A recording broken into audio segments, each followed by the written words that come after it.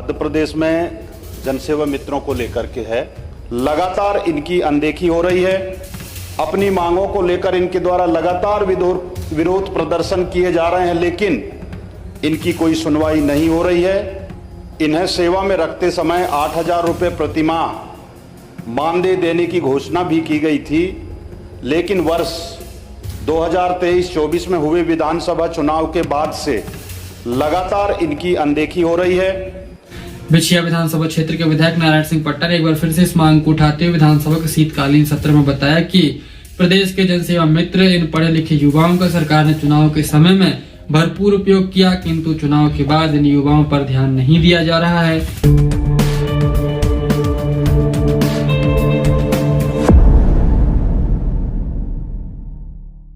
मध्य प्रदेश के जनसेवा मित्रों की मांग अब सदन तक पहुंच गई है। विधायक नारायण सिंह पट्टा ने इस बात को प्रमुखता के साथ उठाया है। हालांकि इन्होंने इस बात को पहले भी विधानसभा में उठाया था, किंतु कहा कि इस पर सरकार ने कोई सुनवाई नहीं की है।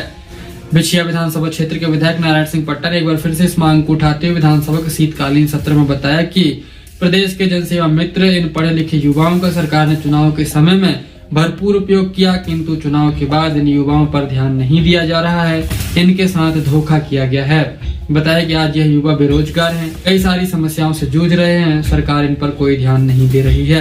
मैंने इस बात को पहले भी सदन में उठाया था, किंतु सुनवाई नहीं हुई है। सरकार को इन युवाओं पर भी ध्यान देना चाहिए। नारायण सिंह पट्टा जी। मध्य प्रदेश में जनसेवा मित्रों को लेकर के है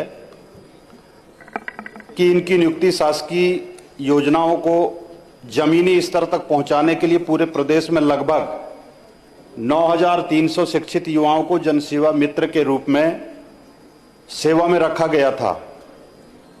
इन्हें सेवा में रखते समय 8,000 रुपये प्रतिमाह मानदेय देने की घोषणा भी की गई थी, लेकिन वर्ष 2023-24 में हुए विधानसभा चुनाव के बाद से लगातार इनकी अनदेखी हो रही है।